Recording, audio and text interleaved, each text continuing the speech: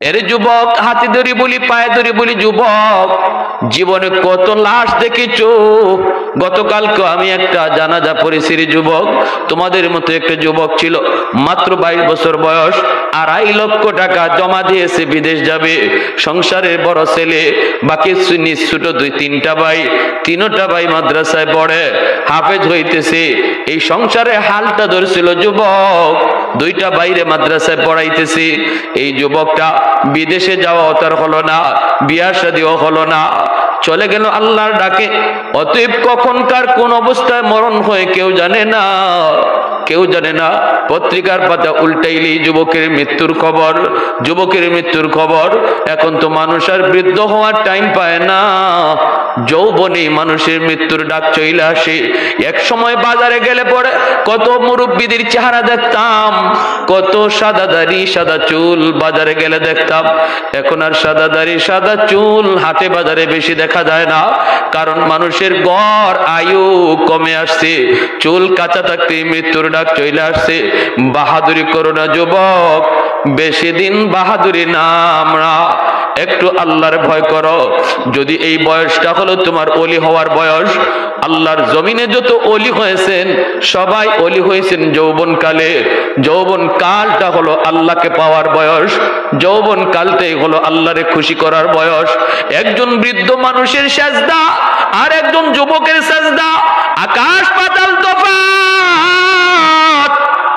একজন বৃদ্ধ মানুষ গুনাহ না করা আর একজন যুবক গুনাহ না করা, আসমান জমিন তফাৎ। এজন্যই নবী বলেছেন লা ওয়ারাকাল কাফি, লা ওয়ারাকাল কাফি। যার শক্তি ছিল গুনাহ করার, সুযোগ ছিল অপরাধ করার, এরপরও যে গুনাহ করে না, এরপরও যে গুনাহ করে না, আল্লাহর নবী কয় সেই হলো তোমাদের ভিতরে আল্লাহর ওলি।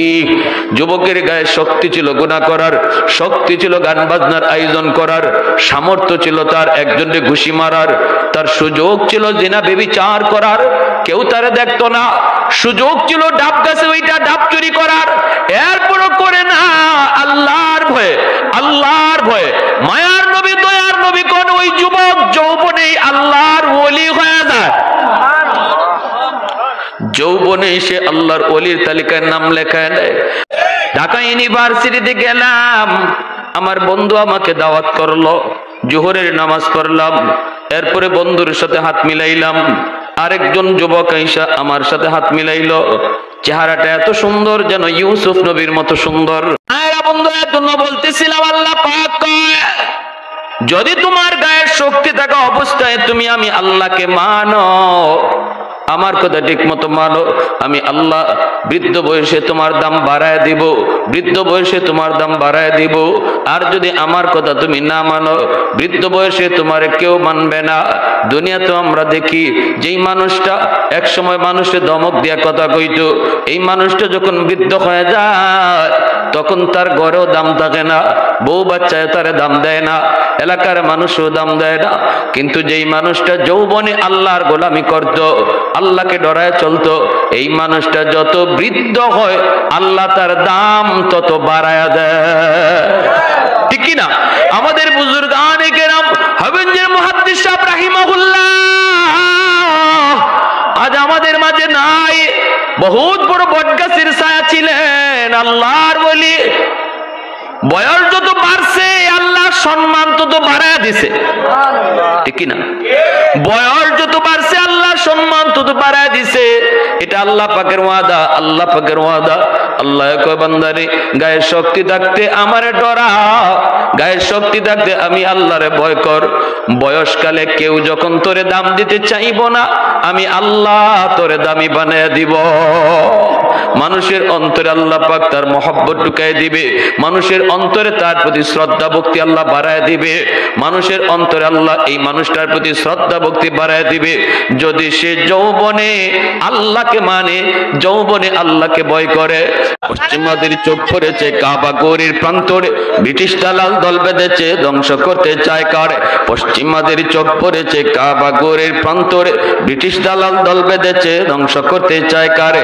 আল্লাহ পাকের ঘর তোর সাহস থাকলে ধর, দো জাহানের মালিক যিনি পবিত্র কাবা, ওই আরবের দিন বাঁচাতে সত্য ন্যায়ের মুক্তি চাই, মুহাম্মদের বাহিনী আজ আসলে তোদের রক্ষা নাই। ওই আরবের দিন বাঁচাতে সত্য ন্যায়ের মুক্তি চাই, মুহাম্মদের বাহিনী আজ আসলে তোদের রক্ষা নাই। মুহাম্মদুর রাসূলুল্লাহর বাহিনী আসেনি, দুই হাত উঠে বলো আসেনি। একটু দাঁড়াও, জেগে উঠো ওহে মুসলমান, আর কতদিন দিন ইসলামের সইবে অপমান। রক্ত দিয়ে পবিত্র ওই মক্কা মদিনা, সেই জমিনে ইহুদিরা চলতে পারে না। নূর মক্কার ইসলাম তার থাকলো কি আর দাম, বন্দিশালায় তাকে যদি আল-আকসার ইমাম। ওই আরবের দিন বাঁচাতে সত্য ন্যায়ের মুক্তি চাই, মুহাম্মদের বাহিনী আজ আসলে তোদের রক্ষা নাই। ওই আরবের দিন বাঁচাতে সত্য ন্যায়ের মুক্তি চাই, মুহাম্মদের বাহিনী আজ আসলে তোদের রক্ষা নাই। মুহাম্মদুর রাসূলুল্লাহর বাহিনী আসেনি, আবার বলো আসেনি। একটু জোরে সুরে কোন আল্লাহু আকবার, আল্লাহু আকবার, আল্লাহু আকবার। মাশাআল্লাহ। এজন্য আমার ভাইরা বন্ধুরা বলতেছিলাম, রে যুবক ভালো করে শোনো, আমি যে আয়াতে কারিমা তেলাওয়াত করেছি এই আয়াতে আল্লাহ পাক রব্বুল আলামিন বলেন, পবিত্র কোরআনের 30 পারা সূরা 3-এর একখানা আয়াত, এই আয়াতে আল্লাহ পাক রব্বুল আলামিন বলেন, শোনো পৃথিবীর মানুষ, আমি আল্লাহ তোমাদেরকে বড় সুন্দর করে বানাইছি, বড় দামি করে বানাইছি, বড় সুন্দর করে বানাইছি। ওয়ালাকাদ কাররামনা বানি আদম। এক আয়াতে আল্লাহ বলেন, মানুষের দাম ফেরেশতাদের চেয়েও আল্লাহর কাছে বেশি। মানুষ সমস্ত মাখলুকের ভিতরে যেমন দামি, তেমন আল্লাহ বলেন সবার চেয়ে বেশি সুন্দর। আল্লাহু আকবার জোরে কোন। কিন্তু এই দামি মানুষগুলা, সুন্দর মানুষ যদি আল্লাহর বন্দেগী না করে, আল্লাহর গোলামি না করে, আল্লাহকে সব সময় যদি পাশে না রাখে, আল্লাহ পাক রব্বুল আলামিন কয় ওই মানুষগুলির দামটা তখন চতুষ্পদ জানোয়ারের মতো হয়ে যায়। মানুষ আর মানুষ থাকে না। হাইওয়ান যেমন তার চরিত্র তেমন, হাইওয়ান শুধু খায় আর ঘুমায় আর কিছু বুঝে না। তুমি মানুষ হয়ে যদি শুধু খাইলা আর ঘুমাইলা, কি জন্য আল্লাহ তোমাকে দুনিয়া পাঠাইছে একবারও তুমি ভাবলা না? মসজিদে তোমারে পাওয়া যায় না, আল্লাহর গোলামিতে পাওয়া যায় না। সকালবেলা ঘুম থেকে ওইটা খাওয়ার চিন্তা, সন্ধ্যা হলে ঘুমানোর চিন্তা। এই কাজটা তো হাইওয়ানের। হাইওয়ান সকাল হলে খাওয়ার চিন্তা করে, রাত হলেই হাইওয়ান ঘুমানোর ফিকির করে। মানুষ তুমিও যদি খাওয়া আর ঘুমের ভিতরেই জীবনটারে শেষ করে দিলা, আল্লাহ পাক রব্বুল আলামিন কয় উলাইকা কাল আনআম বাল হুম আদাল। আল্লাহ বলেন নো, এরা শুধু চতুষ্পদ জানোয়ার না, এর চেয়ে আরো নিকৃষ্ট। হাইওয়ানের কাছে ওয়াজ নসিহত হয় না। গরু ছাগলকে নামাজের কথা কেউ বলে না। গরু ছাগলের জন্য জান্নাত জাহান্নাম আল্লাহ বানায় নাই। এজন্য ওরা খাওয়ার ঘুমের ভিতরেই নিজের জীবনকে সীমাবদ্ধ করে দেয়। কিন্তু তোমার জন্য আল্লাহ জান্নাত বানাইছে, তোমার জন্য আল্লাহ জাহান্নাম বানাইছে। ওয়াজ নসিহত তোমার কানে ঢুকতেছে, জুম্মার দিন খতিব সাহেব তোমার বয়ান করতেছে। এত কিছু শোনার পরেও যদি তোমার জীবন আর হাইওয়ানের জীবনের ভিতরে মিল পাওয়া যায়, তোমার জীবন আর হাইওয়ানের জীবনে তফাৎ পাওয়া না যায়, আল্লাহ বলেন তুমি হাইওয়ান না, বরং হাইওয়ানের চেয়েও আরো নিকৃষ্ট। বেনামাজি হাইওয়ানের চেয়েও বেশি নিকৃষ্ট। বেনামাজি হাইওয়ানের চেয়েও বেশি নিকৃষ্ট। ভাইরা বন্ধুদের জন্য বলতেছিলাম, যুবক আল্লাহ পাক রব্বুল আলামিন কয় তোমার দাম আমি আল্লাহ অনেক বাড়ায় দিব যদি তুমি আমার হুকুম মানো। বাড়ায় দিলাম তো দিলামই। ফেরেশতার চেয়েও তোমাকে দামি বানায় দিলাম, তোমাকে দিলাম তো দিলামই। হরিণের চেয়েও আমি আল্লাহর ঘোষণায় তোমাকে সুন্দর করে বানাইলাম। সুবহানাল্লাহ জোরে বলো। মানুষ তুমি সবচেয়ে সুন্দর, মানুষ তুমি সবার চেয়ে বেশি দামি। আল্লাহ পাকের কথায়, আল্লাহ পাকের কথায় এই মানুষটা যৌবনে যখন আল্লাহর গোলামি করে, এই মানুষটা যখন যৌবনে আল্লাহর গোলামি করে, গায়ে যখন শক্তি থাকে তখন যদি মসজিদে আয়, গায়ে যখন শক্তি থাকে তখন যদি আল্লাহর গোলামি করে, চোখে যখন পাওয়ার থাকে তখন যদি আল্লাহর কোরআন তেলাওয়াত করে, এমনি ভাবে ভাইয়েরা বন্ধুরা ওই মানুষটা যখন বৃদ্ধ হয়ে যায় তখন মসজিদে যাইতে পারে না, ঘরের মধ্যেই নামাজটা আদায় করে, হাঁটতে গেলে তার মাথা ঘুরায়, তার কোমরে ব্যথা, হাঁটুতে তার ব্যথা। আল্লাহ পাক রব্বুল আলামিন ফেরেশতাদেরকে ডাক দিয়া কয়, ফেরেশতারা শুন, আমার বান্দার যৌবন আমি আল্লাহ কেড়ে নিয়েছি। ইচ্ছা করে সে বৃদ্ধ হয় নাই, ইচ্ছা করে তার চামড়া ঢিলা হয় নাই, ইচ্ছা করে তার চোখের পাওয়ার সে কমায় নাই, আমি আল্লাহ তার চোখের পাওয়ারটা কেড়ে নিয়েছি, আমি আল্লাহ তার যৌবন কেড়ে নিয়েছি, চামড়া ঢিলা করেছি আমি আল্লাহ। আজও যদি তার গায়ে শক্তি থাকতো তাহলে যৌবনে যেভাবে মসজিদে গেছে এখনো সে মসজিদে যাইয়েই নামাজ পড়তো। অতএব আমার বান্দা যদিও এখন বার্ধক্যের কারণে ঘরে নামাজ পড়ে মসজিদে যাইতে পারে না, তোমরা ফেরেশতারা ঘরে নামাজের কথা আমল নামায় লিখো না, আমল নামায় লেখো আমার বান্দা মসজিদে গিয়ে জামাতে নামাজ পড়েছে। এ ফেরেশতারা আমার বান্দা ঘুমায় রইছে, তোমরা দেখো ঘুমায় রইছে, শক্তি যতদিন ছিল তাহাজ্জুদ পড়েছে, এখন তো সে দুর্বল, আমি আল্লাহ তারে দুর্বল বানায় দিছি, এজন্য সে ঘুমায় রইছে, উঠতে পারে না, উঠতে পারে না। আমি আল্লাহ তারে ঘুমটারে তাহাজ্জুদের ভিতরে শামিল করে নিছি। তোমরা তার আমল নামায় যৌবনের দাইমি তাহাজ্জুদের সওয়াব তার আমল নামায় লিখে দাও, আমল নামায় লিখে দাও। আল্লাহ পাক রব্বুল আলামিন কয়, বান্দারে শুন, তুই যখন আমি আল্লাহর হুকুম ফজরের নামাজটা পড়া হাওরে যাও, হাওরে যাও, বন্দরে যাও, দোকানদারিতে লিপ্ত হও, জোহরের আজান হলে পরে দোকানের শাটারটা বন্ধ করে আবার তুমি মসজিদে গিয়ে নামাজ আদায় করো। আল্লাহ পাক রব্বুল আলামিন ফেরেশতাদেরকে বলে, ফেরেশতারা শুন, আমার বান্দা দেখো নামাজ পড়ার জন্য দোকানের শাটার লাগায় ফেলছে, আমার বান্দা দেখো নামাজ পড়ার জন্য জমির আইলে দাঁড়ায় গেছে।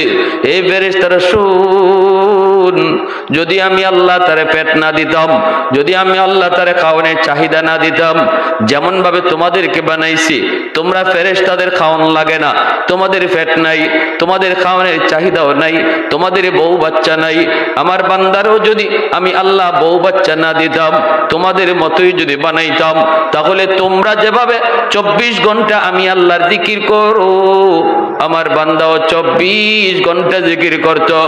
এর আলামত হলো, দেখো দুনিয়ার কাজের ভিতরেও আমি আল্লাহর হুকুম নামাজের কথা সে ভুলে নাই। অতএব যদিও সকাল থেকে দুপুর পর্যন্ত দোকানদারি করেছে, এই দোকানদারির পুরা টাইমটাকে তোমরা নফল নামাজের ভিতরে শামিল করে দাও। জমির আইলে ছিল ফজর থেকে জোহর পর্যন্ত জমিতে কাম করেছে, আজান হয়েছে, জমির আইলে দ্বারা নামাজ আদায় করে আল্লাহ বলে, ফেরেশতারা শুন, যদি আমি আল্লাহ তারে ওই রকম ভাবে বানাইতাম যেভাবে তোমরারে বানাইছি, তাহলে তো আমার বান্দা তোমরা যেভাবে রুকুতে দিন কাটায় দাও, সেজদায় দিন কাটায় দাও, আমার বান্দাটাও রুকুতে সেজদায় দিন রাত কাটায় দিত।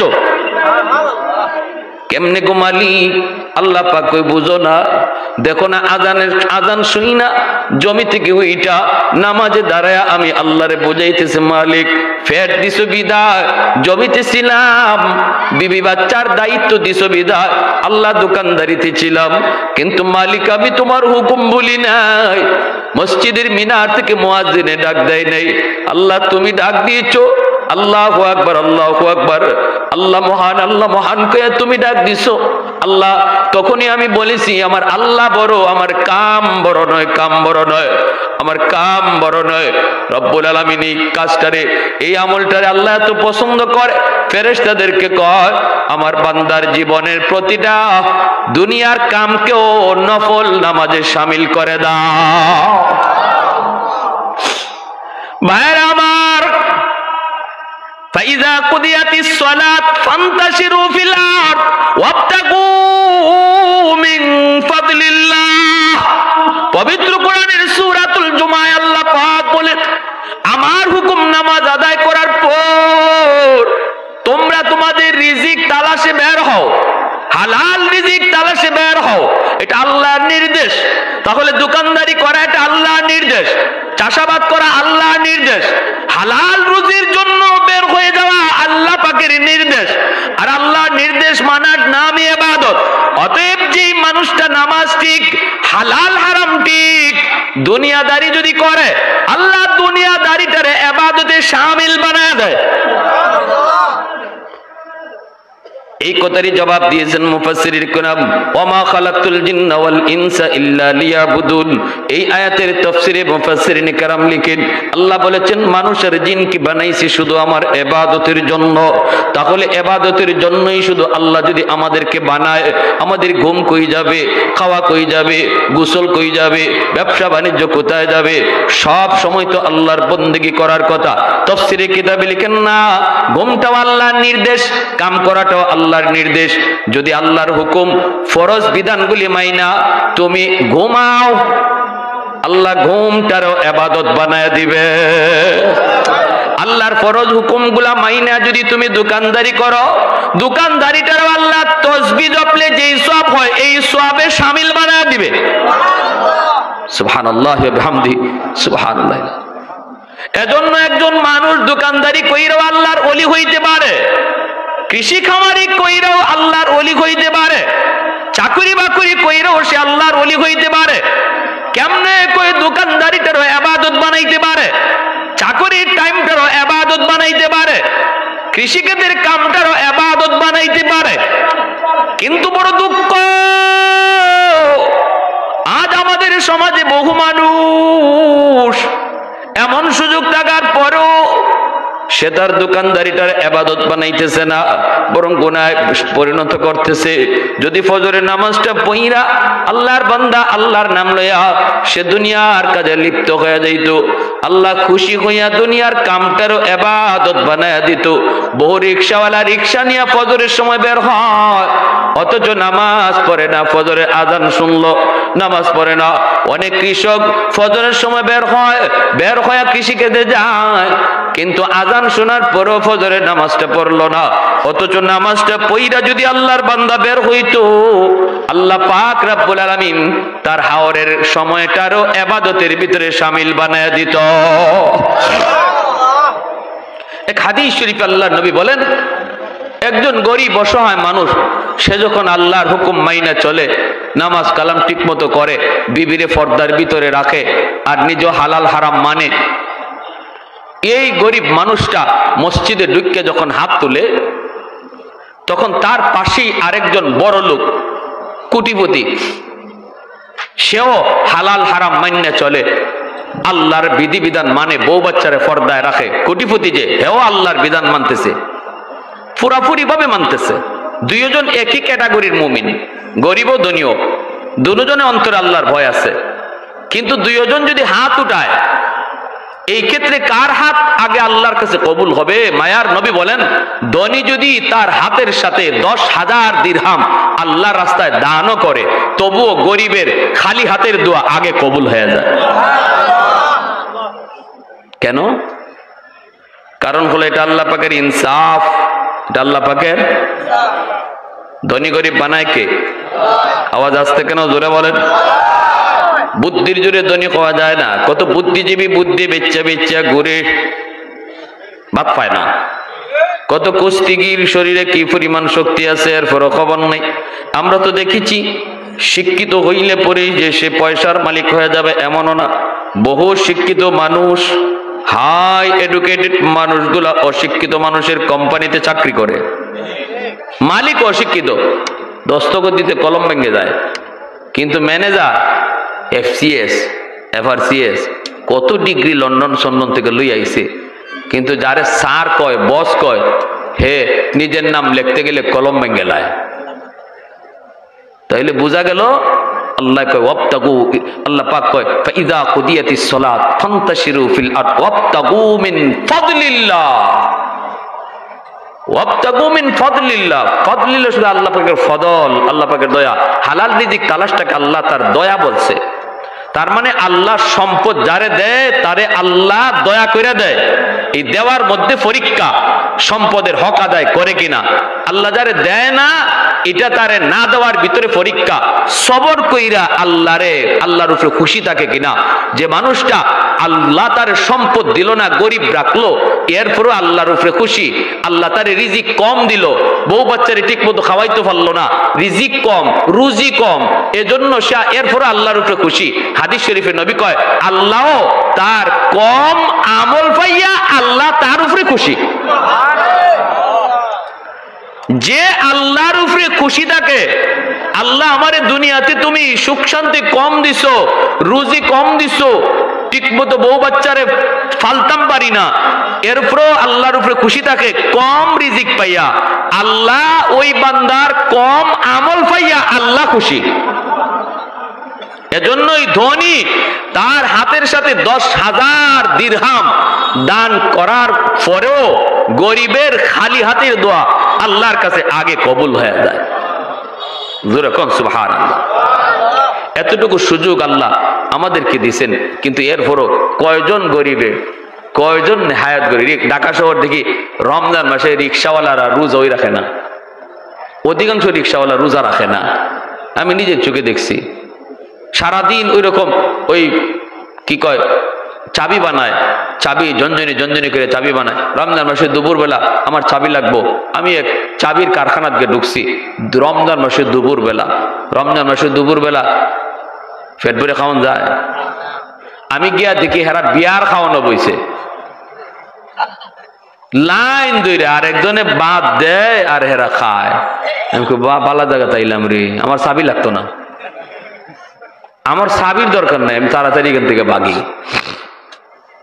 কোন রকম থাকতেছে এই একটা খাটের মাঝে দুইজন, এত কষ্ট দুনিয়ার, এত কষ্ট করতেছে, কিন্তু কামটা করতেছে কি? অথচ আল্লাহ তার এই কষ্টের বদলা রাখছেন। সে দুনিয়ার যে কষ্ট করতেছে এর চেয়ে 500 গুণ বেশি বদলা আল্লাহ তার জন্য পুরস্কার রাখছেন। ধনী দুনিয়াতে সুখ করতেছে তার থেকে বেশি, হয়তো 60 থেকে 70 বছর হায়াত, তো অতই নাকি? দুনিয়ার সুখটা ধনী করতেছে হয়তো 60 থেকে 70 বছর বেশি। কিন্তু ওই গরিব মানুষটাই যদি আল্লাহরে মান্না চলতো, আল্লাহর বিধিবিধান মানতো, তাহলে আল্লাহ নবী বলেন, ইন্নামাল ফুকারা ইয়াদখুলুনাল জান্নাতা ক্বাবলাল আগনিয়া বি500 সানা। আল্লাহ তারে 60-70 বছর আগে জান্নাতে দিব তা না, বরং ধনীর 500 বছর আগে জান্নাত দিব। এ দুনিয়ার সুখ শান্তির লাইনে ধনী আগায় ছিল 60 বছর, আর আখিরাতের সুখ শান্তির প্রতিযোগিতায় আল্লাহ গরিবরে আগায়া দিব 500 বছর। সুবহানাল্লাহি ওয়া বিহামদিহি সুবহানাল্লাহিল আযীম। এজন্য আল্লাহ নবী দোয়া করেছে, আল্লাহুম্মা আহইনি মিসকিনা ওয়া আমিতনি মিসকিনা ওয়াহশুরনি ফি জুমরাতিল মাসাকিন। আল্লাহ, আমি নবীরে তুমি দুনিয়াতে গরিবী হালতে রাখো, গরিবী হালতে আমারে মরণ দিও, আল্লাহ হাসরের মাঠে আমারে গরিবদের সাথেই উঠাইও। এ ভাইরা বন্ধুরা, জন্য বলতেছিলাম, আল্লাহ পাক কয়, যদি তোমার গায়ের শক্তি থাকা অবস্থায় তুমি আমি আল্লাহকে মানো, আমার কথা ঠিক মতো মানো, আমি আল্লাহ বৃদ্ধ বয়সে তোমার দাম বাড়ায় দিব, বৃদ্ধ বয়সে তোমার দাম বাড়ায় দিব। আর যদি আমার কথা তুমি না মানো, বৃদ্ধ বয়সে তোমার কেউ মানবে না। দুনিয়াতে আমরা দেখি যেই মানুষটা এক সময় মানুষের ধমক দিয়া কথা কইতো, এই মানুষটা যখন বৃদ্ধ হয়ে যায় তখন তার ঘরেও দাম থাকে না, বউ বাচ্চায় তারে দাম দেয় না, এলাকার মানুষও দাম দেয় না। কিন্তু যেই মানুষটা যৌবনে আল্লাহর গোলামি করত, আল্লাহকে ডরায় চলতো, এই মানুষটা যত বৃদ্ধ হয় আল্লাহ তার দাম তত বাড়ায়া দেয়। ঠিক কি না? আমাদের বুজুর্গানে কেরাম হবিবুল মুহাদ্দিস সাহেব রাহিমাহুল্লাহ আজ আমাদের মাঝে নাই। বহুত বড় বটগাছের ছায়া ছিলেন, আল্লাহর ওলি। বয়স যত বাড়ছে আল্লাহ সম্মান তত বাড়ায় দিছে। ঠিক না? বয়স যত বাড়ছে আল্লাহ সম্মান তত বাড়ায় দিছে। এটা আল্লাহ পাকের ওয়াদা, আল্লাহ পাকের ওয়াদা। আল্লাহ কয় বান্দারে গায়ে শক্তি থাকতে আমারে ডরা, গায়ে শক্তি থাকতে আমি আল্লাহরে ভয় কর। বয়সকালে কেউ যখন তোরে দাম দিতে চাইব না, আমি আল্লাহ তোরে দামি বানায় দিব। মানুষের অন্তরে আল্লাহ পাক তার মহব্বত ঢুকায় দিবে, মানুষের অন্তরে তার প্রতি শ্রদ্ধা ভক্তি আল্লাহ বাড়ায় দিবে, মানুষের অন্তরে আল্লাহ এই মানুষটার প্রতি শ্রদ্ধা ভক্তি বাড়ায় দিবে যদি সে যৌবনে আল্লাহকে মানে, যৌবনে আল্লাহকে ভয় করে। এর যুবক, হাতে ধরি বলি পায়ে ধরি বলি যুবক, জীবনে কত লাশ দেখেছো। গতকালকে আমি একটা জানাজা পড়েছি যুবক, তোমাদের মতো একটা যুবক ছিল, মাত্র 22 বছর বয়স, 2.5 লক্ষ টাকা জমা দিয়েছে, বিদেশ যাবে। সংসারের বড় ছেলে, বাকি ছোট 2-3টা ভাই, 3টা ভাই মাদ্রাসায় পড়ে, হাফেজ হইতেছে। এই সংসারে হালটা ধরছিল যুবক, 2টা বাইরে মাদ্রাসায় পড়াইতেছে। এই যুবকটা বিদেশে যাওয়া তার হলো না, বিয়া শাদীও হলো না, চলে গেল আল্লাহর ডাকে। অতএব কখনকার কোন অবস্থায় মরণ হয় কেউ জানে না, কেউ জানে না। পত্রিকার পাতা উল্টাইলেই যুবকের মৃত্যুর খবর, যুবকের মৃত্যুর খবর। এখন তো মানুষ আর বৃদ্ধ হওয়ার টাইম পায় না, যৌবনে মানুষের মৃত্যুর ডাক চলে আসে। এক সময় বাজারে গেলে পরে কত মুরব্বীদের চেহারা দেখতাম, কত সাদা দাড়ি সাদা চুল বাজারে গেলে দেখতাম। এখন আর সাদা দাড়ি সাদা চুল হাটে বাজারে বেশি দেখা যায় না, কারণ মানুষের গড় আয়ু কমে আসছে, চুল কাঁচা থাকতে মৃত্যুর ডাক চলে আসছে। বাহাদুরি করো না যুবক, বেশি দিন বাহাদুরি নাম না, একটু আল্লাহর ভয় করো। যদি এই বয়সটা হলো তোমার ওলি হওয়ার বয়স, আল্লাহর জমিনে যত ওলি হয়েছেন সবাই ওলি হয়েছেন যৌবন কালে। যৌবন কালটা হলো আল্লাহকে পাওয়ার বয়স, যৌবন কালটাই হলো আল্লাহরে খুশি করার বয়স। একজন বৃদ্ধ মানুষের সেজদা আর একজন যুবকের সেজদা আকাশ পাতাল তফাৎ। একজন বৃদ্ধ মানুষ গুনাহ না করা আর একজন যুবক গুনাহ না করা, আসমান জমিন তফাৎ। এজন্যই নবী বলেছেন লা ওয়ারাকাল কাফি, লা ওয়ারাকাল কাফি। যার শক্তি ছিল গুনাহ করার, সুযোগ ছিল অপরাধ করার, এরপরও যে গুনাহ করে না, এরপরও যে গুনাহ করে না, আল্লাহর নবী কয় সেই হলো তোমাদের ভিতরে আল্লাহর ওলি।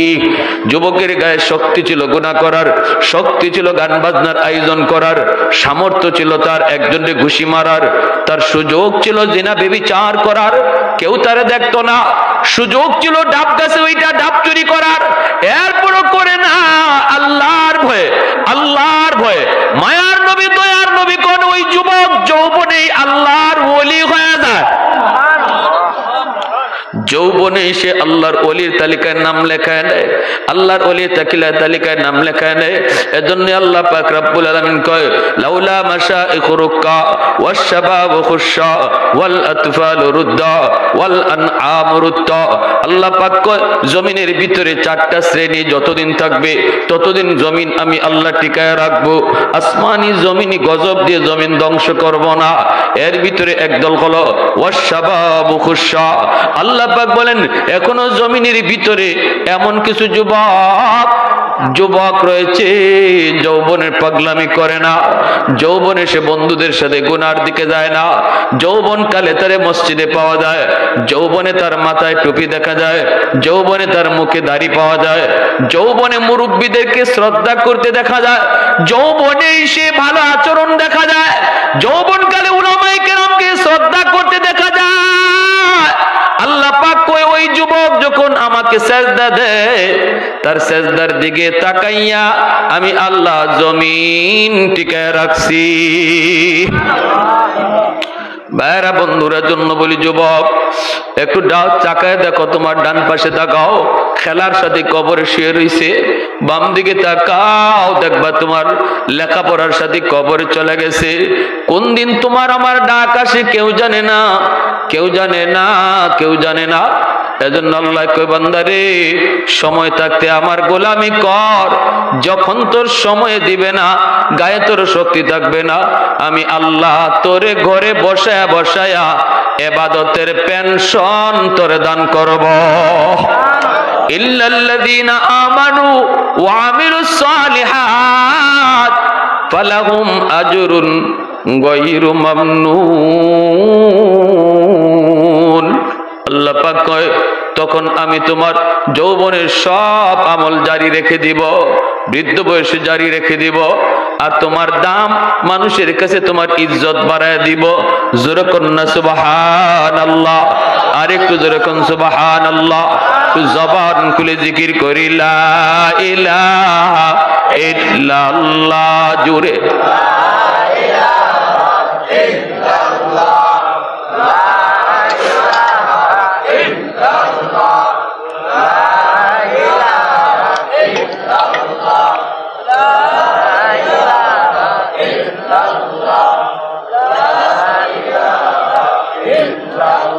মেহমানের নিয়ে আসো, জোরে আওয়াজ দিয়া লা ইলাহা ইল্লাল্লাহ, লা ইলাহা ইল্লাল্লাহ, জোরে লা ইলাহা ইল্লাল্লাহ, লা ইলাহা ইল্লাল্লাহু মুহাম্মাদুর রাসূলুল্লাহ।